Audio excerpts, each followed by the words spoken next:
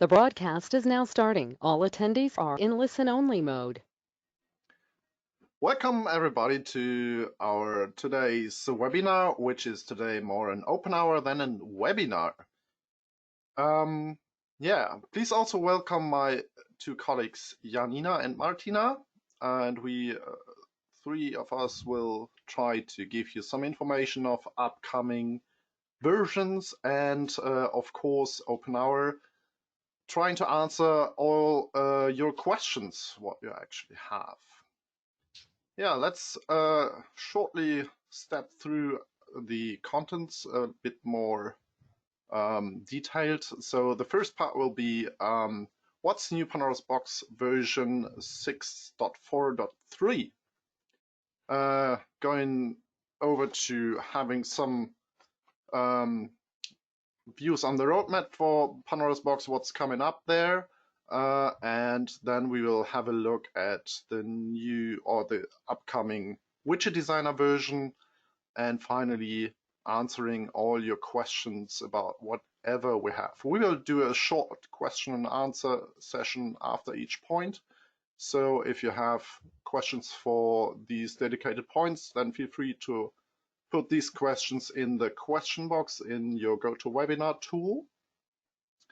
And yeah, and for the final round, we're looking to try the voice feature of GoToWebinar.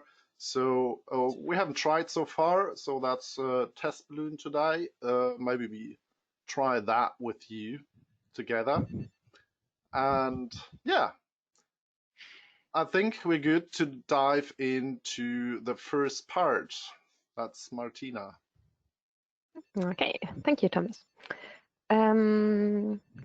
Yes, we will have a look at the new features of the Pandoras Box version 6.4.3. It's currently not a beta version, so let's see when we will going to release it as a beta or as a release version. What I can show you already today in the version that I have is we have done a lot of stuff with views. So we have included now a view bar that shows you 7 new views that you can click and access them quite fast. So you can toggle between different views of Pandoras Box easily. We are also introducing partial views, and partial views are saving sub-views. I will show you later what that exactly means. And we are also allowing to export and import views or sub-views. So this is all to the view part. And then I have 3 more smaller things. The inspector now is showing the chroma subsampling information when you select live input. We have 2 new defaults. The first is regarding the pre-roll stuff, and the second for image sequence import. And the last one is multi-selection. We are now allowing it in image sequences and on sites. I will show you now the new interface. This is our internal version for the version 6.4.3. This is how it looks like when you open it. So as you see, I will just hide this away. As you see, the inspector has now gone to the right side of the screen and takes more space here. So all the information that is in here, you will see it right away, and there's no need anymore to take the scroll bar down here and look at the information down there. Yes, the new view bar is located up here. And the first view that you see here is the Essentials view. This is what you see right now. This is our new default view. If you now click, for example, on Content, you will see that the layout has changed.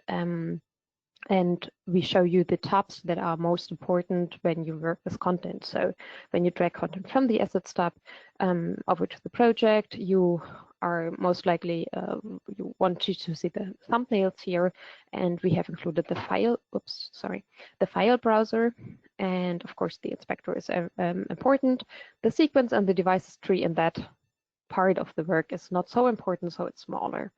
Just to give you one example, the other ones are the same. I will just show you one, the last one, for example, the floating one. Here you see that those panes are now breakout panes, so you can move them around. For example, you can, if you have a second screen, you can put the preview there to have a larger preview. And this part is very important to drag content over there. As you see, I just need to click once and the view is toggling back. So this is very nice. As I said, we also included partial views. In the project tab over here, you see all the 7 ones that are included up here. Let's say I wanted to save that I have here a second sequence. So I just create a second one. I select it. Now I have sequence 2 selected. And let's say I have here 2 servers, something like this. And from the first one, I want to hide those 2 tracks. I hide them. So now I have created some new stuff here, and let's say I want the configuration window over there. If I now want to save my custom view in that part, I can, as always, make a right click on the views folder and say create view. And I can name it. And what you are now seeing is that per default, I have the 4 subviews, they are called. So everything that I have changed right now in my interface is saved to this view. What I can also do is, let's say, for example, I have here now sequence 1, and let's say the third one is hidden. What I can also do is I can say create the views part, create partial view. And now it asks me, what do you want to save here? And in that part, I can say I only want to save the sequence and the device tree, and nothing that is related to the preview and the layout.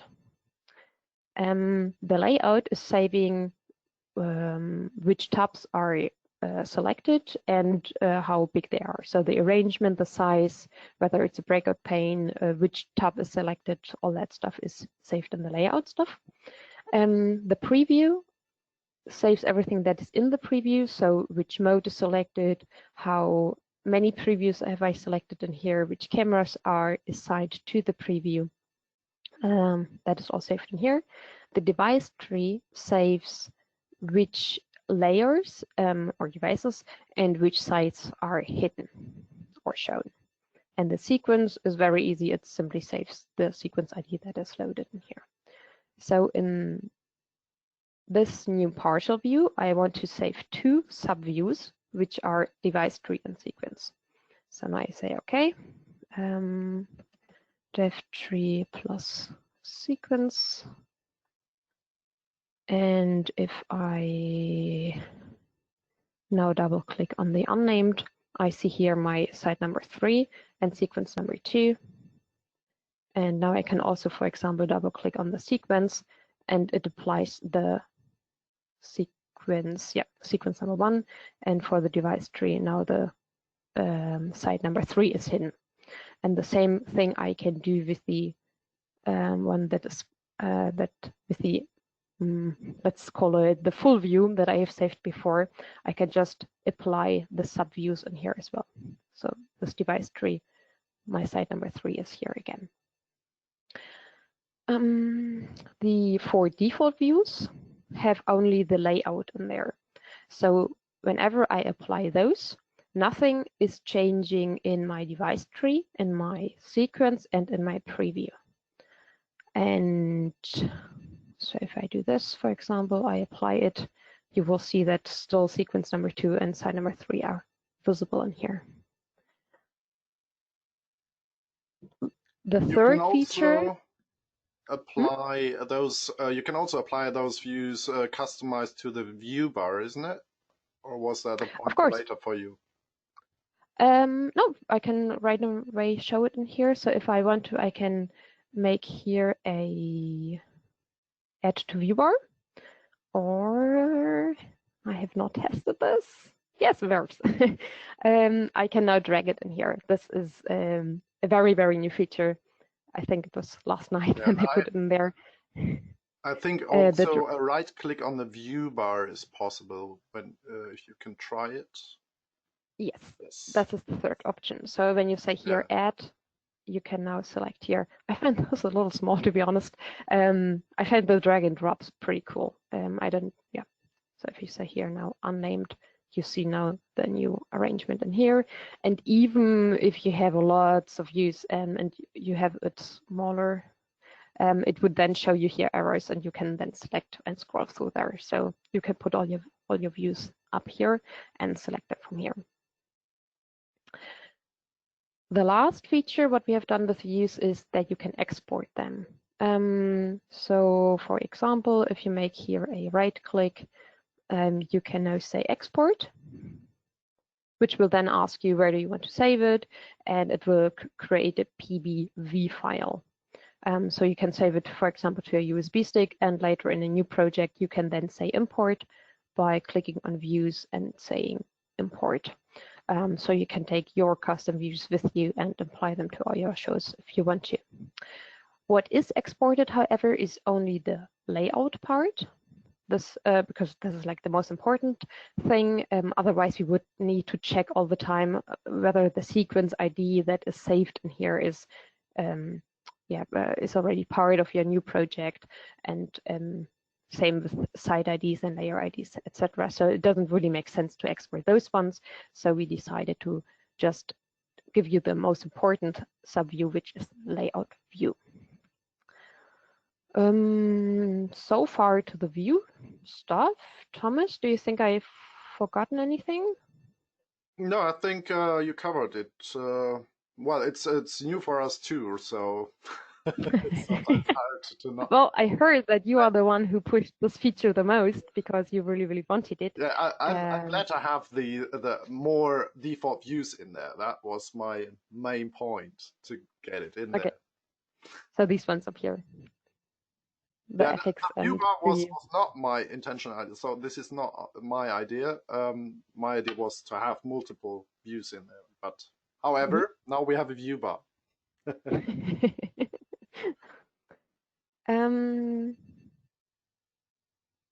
The other smaller things that I wanted to show you, the first is since the last version or the version before, we allow to have another chroma subsampling for HDMI cards.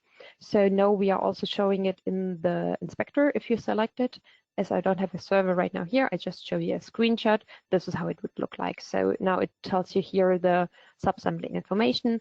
In that point, it's a 4:2 resolution. So this is how it looks like.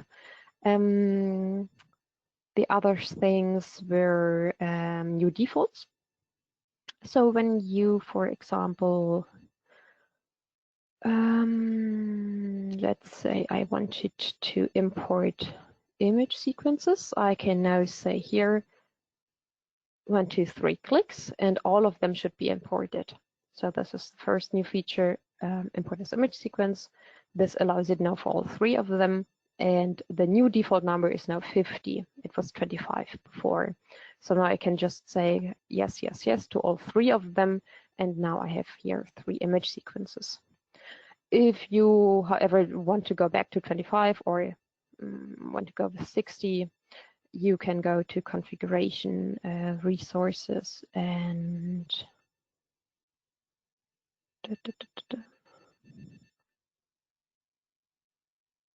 I'm not seeing it. Here we go. The framework here. So if you want to change it, you can do this here, and you can also uncheck here whether you want to see the pop-up or not. So if you import really a lot of them, you don't want to hit enter all the time.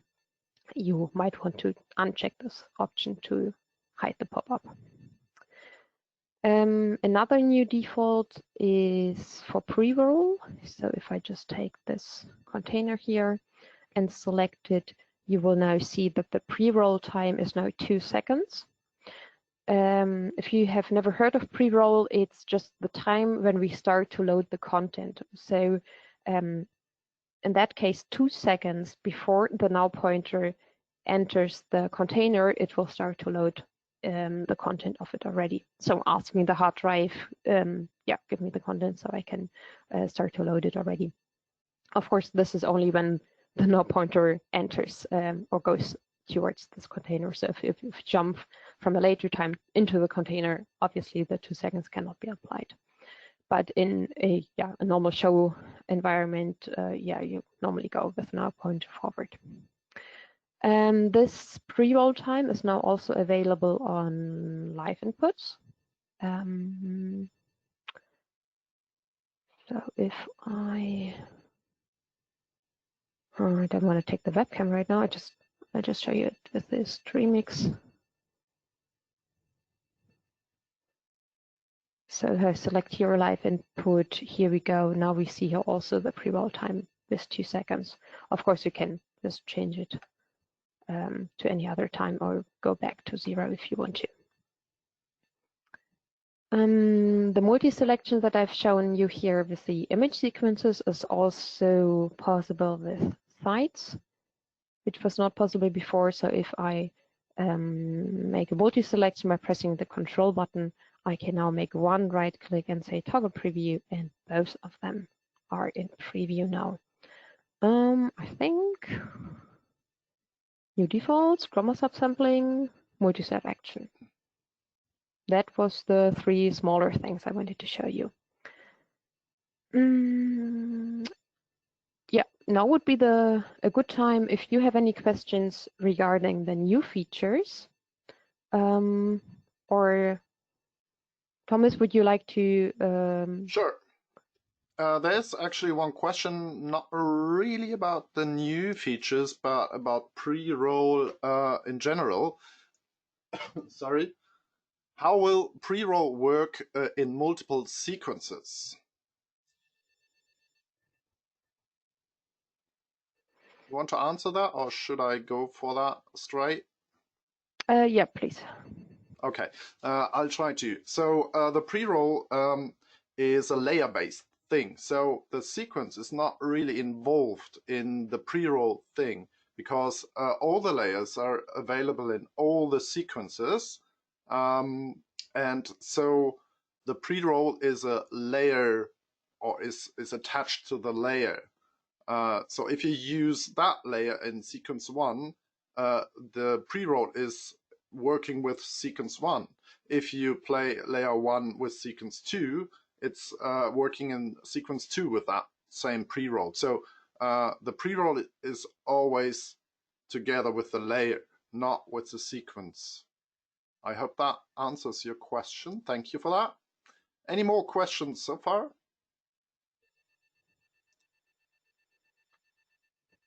I think not for now, so we can maybe move on with the next topic.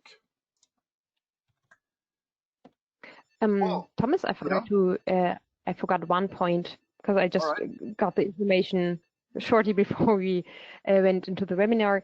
We are working on including the audio information again. So I think 3 versions before we said that QuickTime files. It was when we introduced the new, how is it called? That we allow new formats for the QuickTime. And since then, we have said that the audio part is well excluded, that we cannot play it back for MUXed QuickTime files. So now we are working on it that we can play it back again.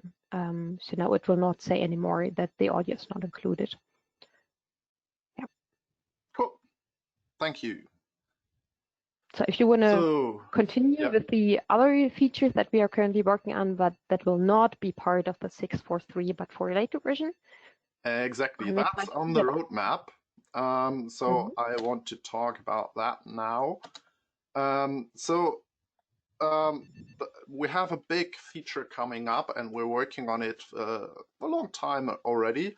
And this is a complete overhaul to the render engine. So it's, let's better say, a completely new render engine, which will be in the, I don't know yet if it's the next release or if there is one more release in between, but for sure this year we want to release Pandoras Box with a complete new render engine. And Martina, if you can share the PowerPoint file for that so that people can see the points.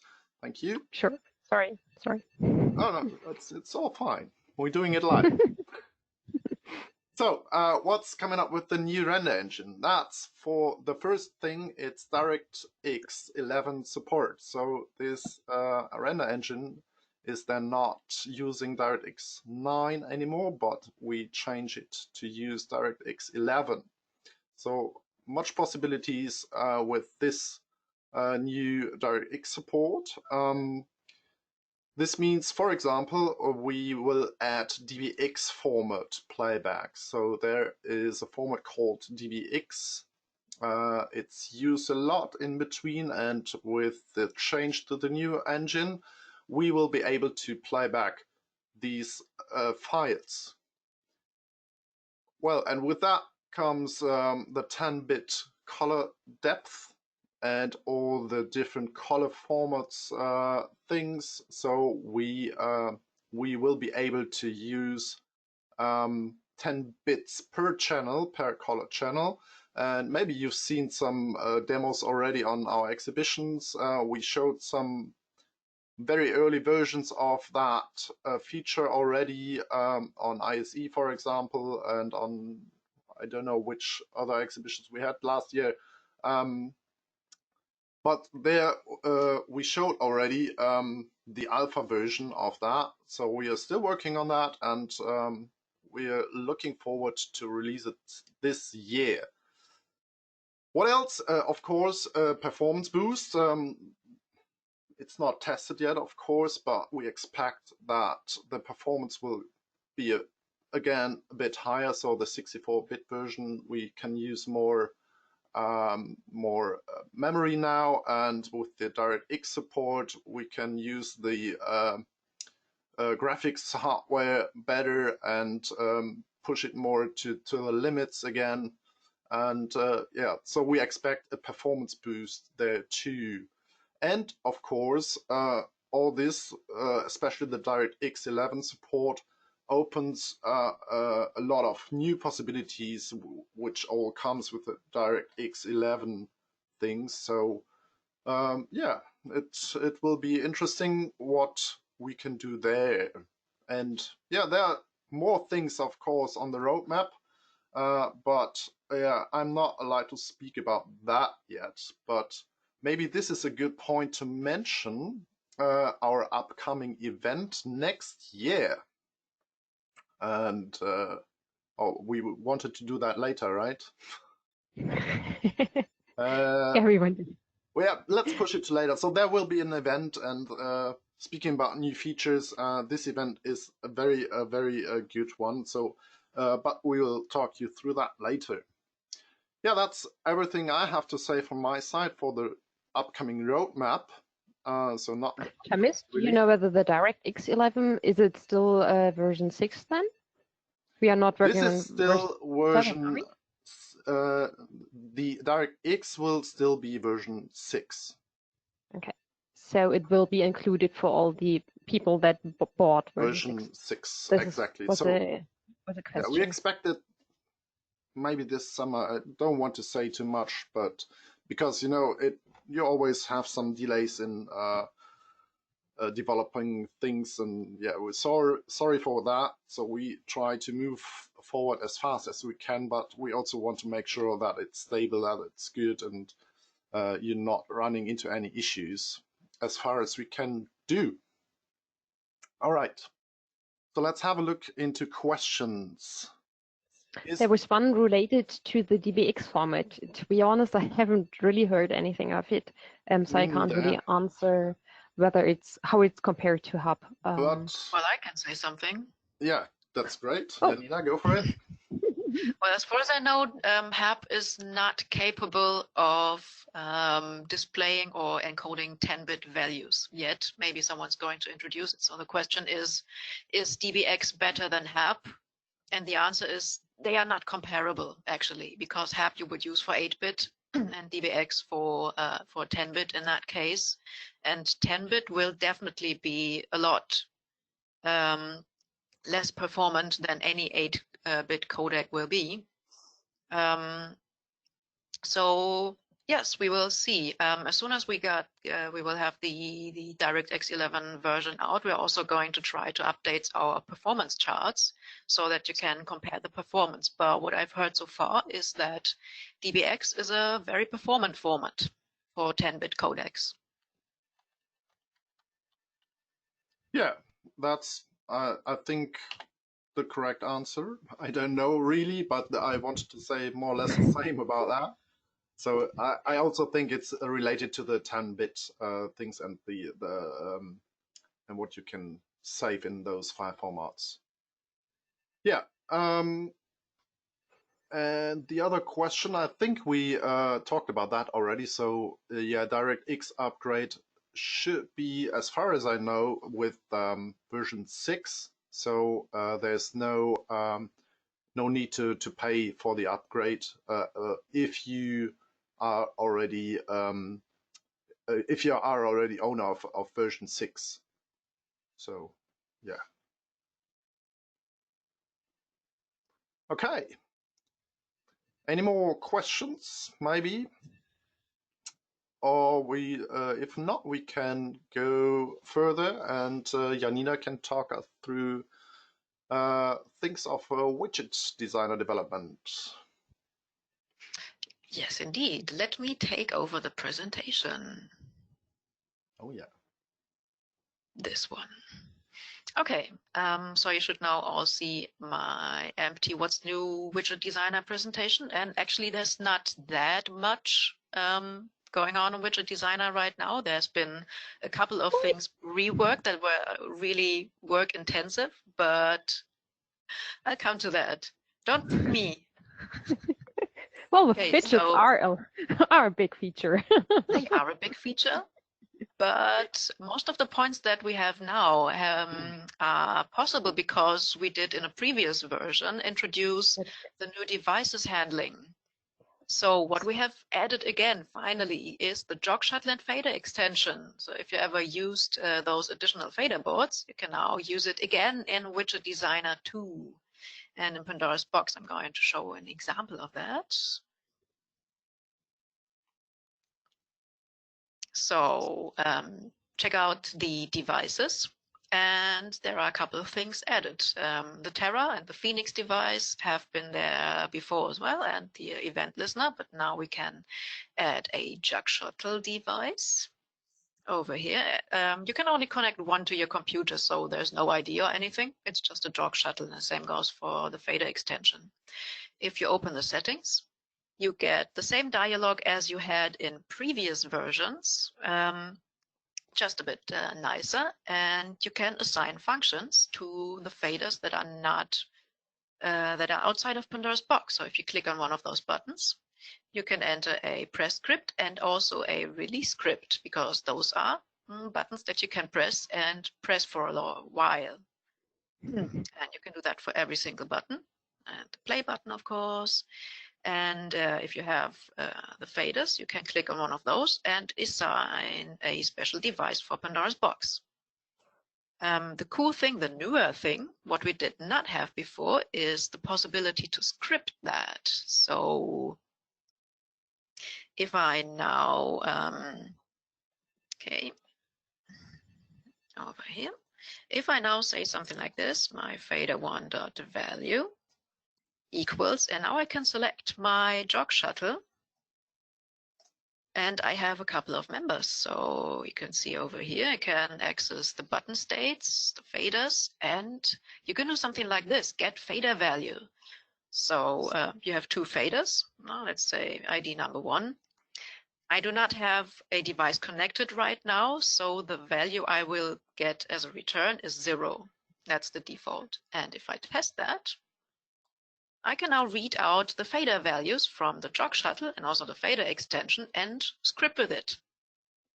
That's cool. That did not work before. Okay, and of course, when you are creating an event listener, you can now select the jog shuttle and, well, quite a lot of things. So whenever a fader value is changed, you can execute a script, which is also very nice because you can now, let's say, replace a node or something like that.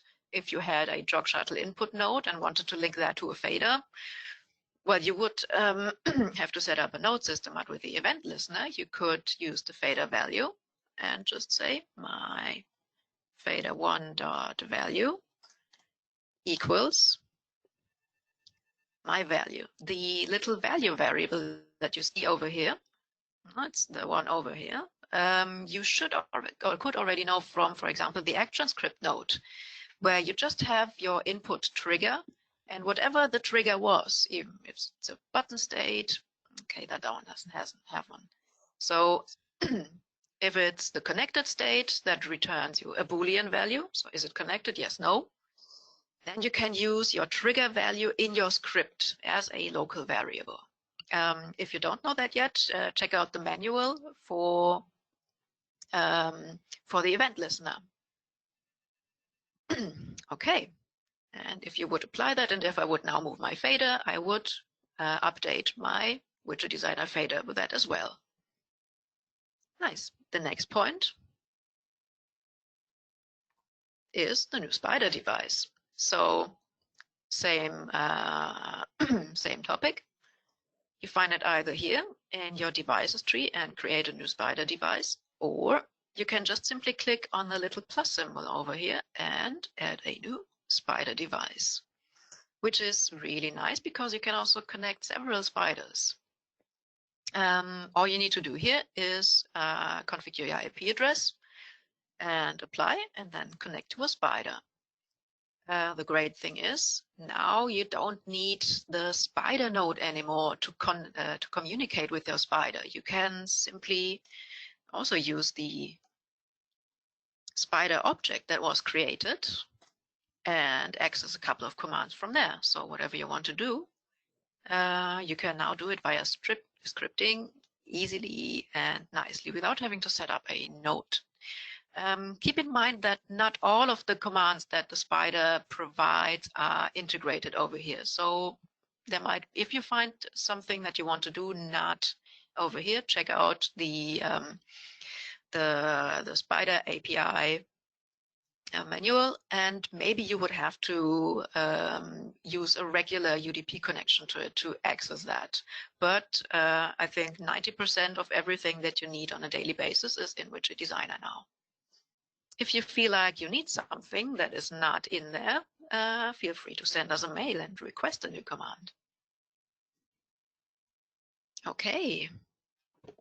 Cool. I just wanted to add a very small thing to this what you've just shown. The spider members that you've just shown, they, Yes. as you see in the script assistant, there's no description yet. We are working on that. It is also displayed in there. However, it is in the manual. So whenever you wonder how exactly to use this one command, you can check it up. You can look it up in the manual, and you see a description there with a small example. Just as. Perfect. Cool. Great features there. That's awesome. Yeah. And another point of the same category is new Fidgets integration. Finally, we have added, for example, the Wind Hub module so that you can now access a large variety of other modules. Before, if you have ever worked with Fidgets, we only had those interface kits, the RFID, and one or two other devices. And there's a lot more out there now, but I'm not going into much more detail now because I'm going to hold a complete webinar about that next Friday. So be posted. And one more thing that will make JSON handling with Widget Designer a little more easier now is a couple of new JSON commands. if I now type in JSON, you can see that there are many new commands that you can select from. There are two that I would like to show you more in detail, which is JSON load file to variable and XML file, for which I have prepared two buttons. I have also prepared two JSON files. I'm going to show you how they are configured in a minute. So this one loads the JSON file. I can simply access JSON file, and my debug logger shows me what's in the JSON file. Let me show you what I did there. And maybe scroll that a little so you can actually read it.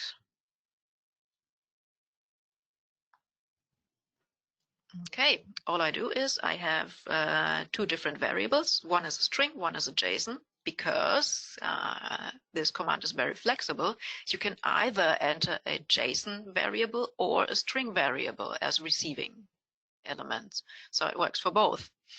And then all you are going to do is you are loading a file path. That's the file that I just selected with the dialog.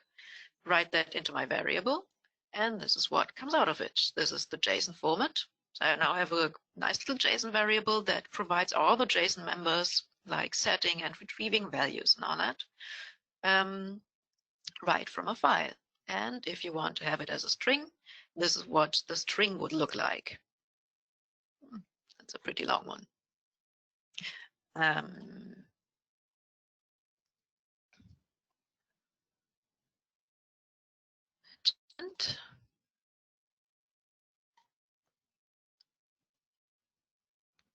this is what the JSON file actually looks like. So what we just had. A little more interesting is the XML command, which does the exact same thing. I use the same syntax, just these two variables are different. And if I execute that, and I take the XML file,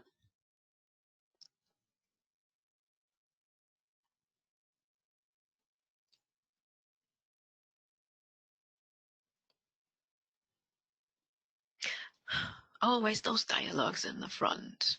So this is what the XML file looks like. This is a regular XML syntax. So with my starting and my end points, more or less, and the tags that I can assign.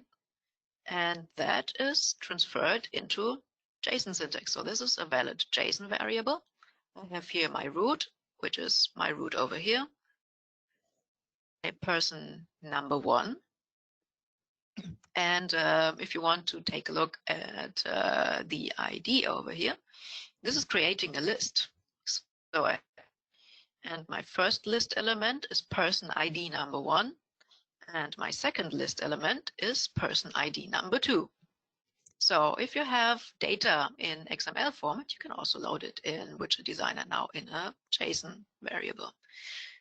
Again, JSON format and string format, if that is what you would like. All the JSON commands that you have, everything that loads something in a JSON variable can also be loaded in a string variable. So you are maximum flexible there. And this is everything for now, new from Widget Designer. Are there any questions on the Widget Designer end? Thank you, Janina. Yeah, if you have any questions, let us know. Actually, I can't see any questions for that. So we can move over to our open hour. So feel free to ask any question, and we'll try to give you a proper answer. Did you want to try it with the audio? Yeah, we can. So you can also use the raise hand feature from GoToWebinar, and then I will try, if you have an audio available, I can see that in my GoToWebinar tool there. So if you want to ask a question directly live into our webinar, that should also be possible. You can just use a raise hand feature and I will try to unmute you, but you also can put the questions in the normal questions feature from GoToWebinar too. Oh, there is a question from Mayank, so I will try to unmute Mayank. Okay. Mayank, what's your question? Hi. Has the official version of the 6.4.3 is on the site? Can be downloaded, or is it still release candidate version? If I can answer this, this is not even yet a release candidate, so it's still work in progress. We are trying to get this audio feature in there so that we can play back demuxed QuickTime files as well, muxed QuickTime files as well. So we are waiting for the final go for that. So as soon as our test center has tested this audio feature, the view stuff and all the other stuff is tested and as far as we see bug-free. So we are waiting for the audio stuff, and as soon as this is done, we will probably release it as a beta or release candidate. Okay. You always show us the suites and then you say you have to wait for some time. Well, this is the format we're doing. So the open hour is a preview for upcoming features, right? So this is a preview. Okay. Great, thank you. For that. So we have another question. Any upcoming HDR support? Sure. Would you like me to answer that? Yes, please. Okay, so the problem with HDR is that there are so many different standards out there, like HDR10, HDR10 Plus, Dolby Vision, and a couple of minor formats. And every display manufacturer is able to support one or the other, and they are all very different, more or less. As far as I know, all of them require metadata. So this is where Pandora's Box becomes problematic, because in principle, you can display HDR content nicely when you have a 10-bit codec, but there is no metadata in it, so you don't really know what the display does with what it receives. Pandora's Box does not support the metadata, so if you have a container like, for example, H.265, that does have metadata included, Pandora's Box will discard that. We will have to do some testings, and I'm pretty sure that we're going to do more information about HDR stuff, because that's a very interesting and a very complicated topic, and there's a lot you have to know to comprehend it. Yes, HDR will be feasible in a way, but we will all have to check out how that is going to work in the end with different output devices. Yeah, cool. Thank you, Janina. So I can see Mayank has another question, so I will try to unmute you again. There you are, Mayank, another question. By mistake, it was pressed. I'm really sorry, guys. Was not. Maybe I just haven't have not make your raised hand going down again. So sorry for on my side. Unraised. Unraised. Yeah, I do unraised. Any more questions there?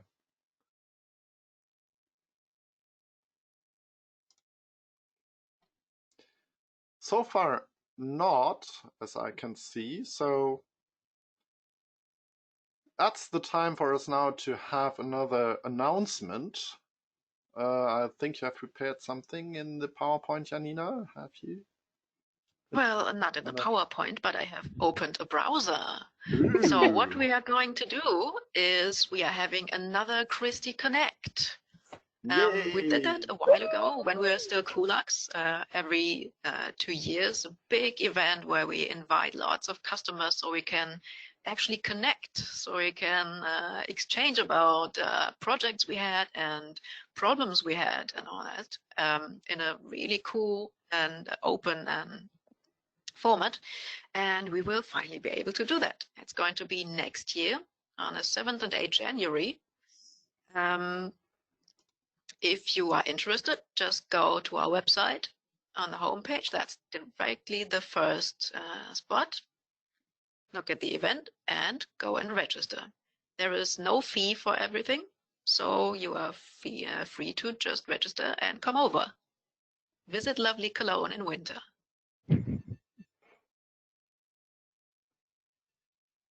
Cool. Thank you. Yeah, and talking about upcoming features, this is the event for more of those, right? So we'll speak about features on this event for sure. Yeah, so if you're interested, check out the website and feel free to register there. There's another question coming in.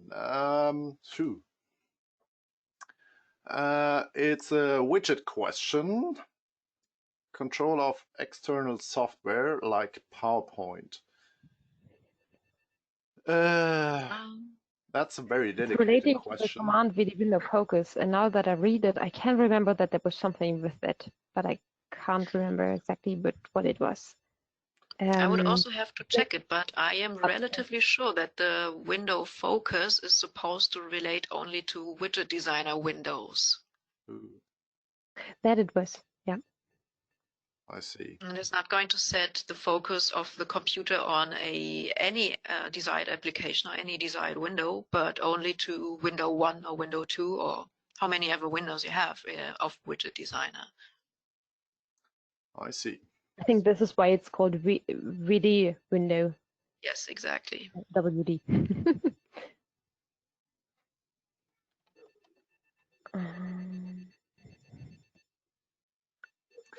All right. So far, so good. So if there are no more questions, that's about this webinar. Yeah, feel free if you find some more questions after this webinar. I posted you some links in the chat, in the GoToWebinar chat, so feel free to send us an email, get to the phone support. Yeah, thank you for the PowerPoint. Yeah, you can find all these helpful information there. Maybe one last question. That's about the Connect. Someone of you able to answer that? Me is not actually. Sorry, I'm looking for the command, but I haven't found any documentation yet. Now there we go with some more questions. Oh, the Connect, not the Connect. Yeah, the Connect, Microsoft Connect, right?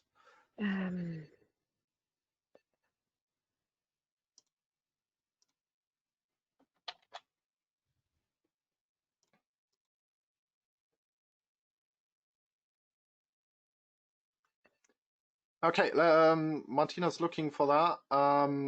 The other question is, can we get widget designer projects used in webinars? Yes, we started that already. Oh, now I got the question. So you want I think to have the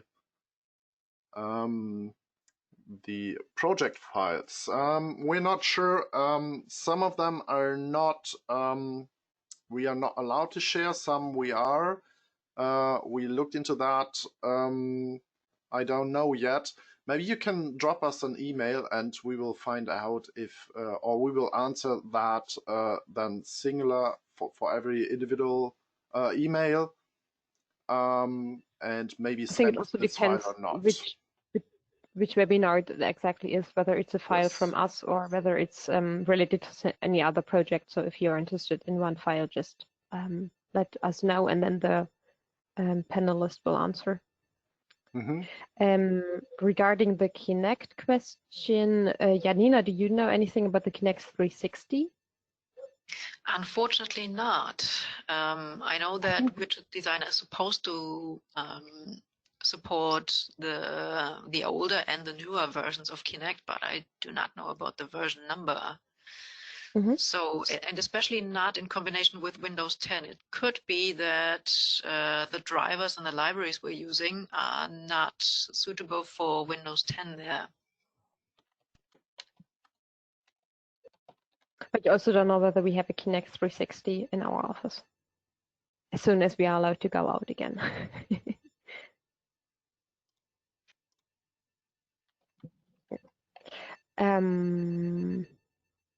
Yeah, let's see whether.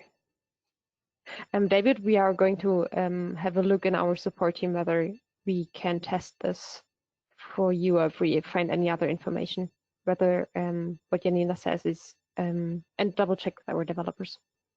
So it would be cool if you could forward this again to our as a support email, then we can answer this.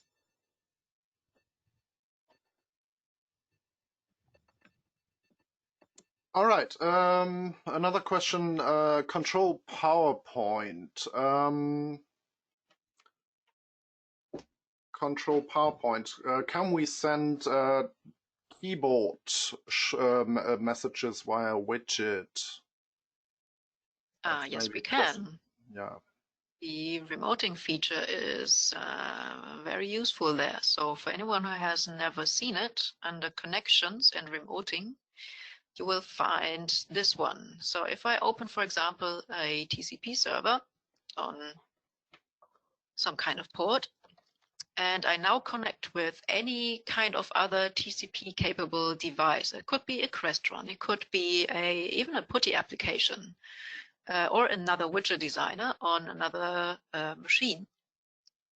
So if I connect that, I can send widget commands to this widget designer that are then executed. So I could send, for example, something like a keyboard key press command. If I have PowerPoint open, widget designer runs in the background and receives the keyboard key press command. It executes the command while still being in PowerPoint. So that would, for example, execute an arrow key or something like that, with which I can change the slides in the presentation.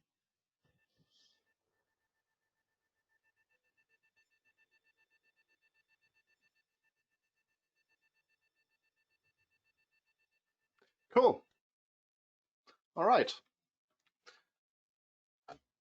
Yeah. Thank you, everybody. Well, yeah, let's do one last. We have the hour is not full yet, so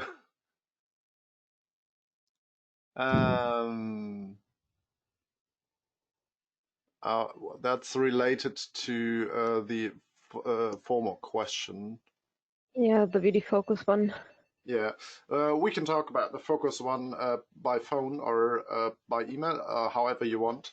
So again, thank you all. Thank you, Janina. Thank you, Martina. And yeah, I hope to see you all next year on the Connect then, if we are allowed to. Let's keep fingers crossed for that.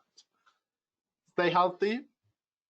And hopefully see you in the next webinar too, in a virtual way. All right. You want to say anything, Janina, Martina? Nope, I'm finished. So, all right. it was a lot of fun. Thank you for watching, and see you soon. Yes. Great. Bye-bye. Goodbye.